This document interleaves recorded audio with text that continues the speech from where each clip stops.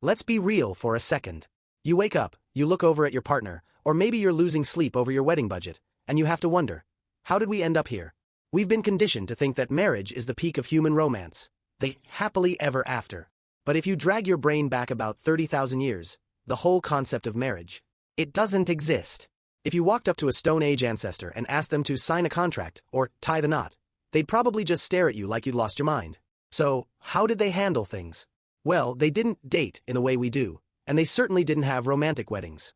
Their version of a relationship was basically a high-stakes survival hack. Think about it. Back then, life was a daily survival game. You're out there dodging predators, chasing down dinner, and trying not to freeze at night.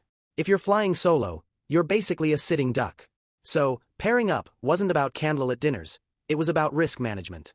It was a partnership of, look, you're good at hunting, I'm good at foraging, let's pool our resources so neither of us dies before Tuesday.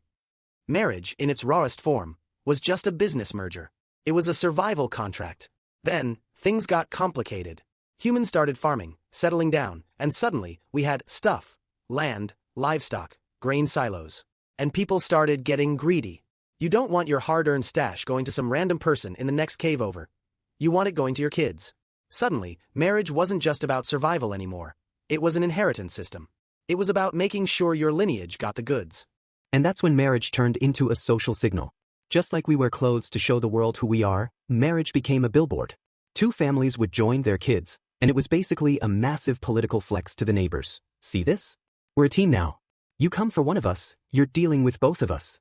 That's why ancient weddings were so weirdly over the top and public.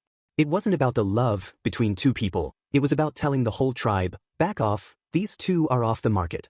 Here's the part that should actually make you feel better about your own relationship stress. We're basically running 2026 software on 30,000-year-old hardware. We've taken this ancient, property-based survival strategy, added a layer of romantic soulmate expectations on top of it, and we're shocked when it's complicated.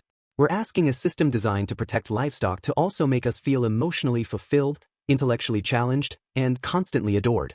That is a massive ask for a piece of social tech that was originally just about not starving to death. So, the next time you feel like your relationship is a total mess or you're stressed out about traditional expectations, cut yourself some slack. You're not doing anything wrong. You're just a human being trying to navigate a system that wasn't built for the way we live today. We're all just out here trying to find a teammate who's got our back. We just decided to dress it up in a white dress or a ring and call it love. But deep down, we're still just those people by the fire, trying to make it through the night with someone we can trust. That hasn't changed, and honestly, that's probably the only part that matters.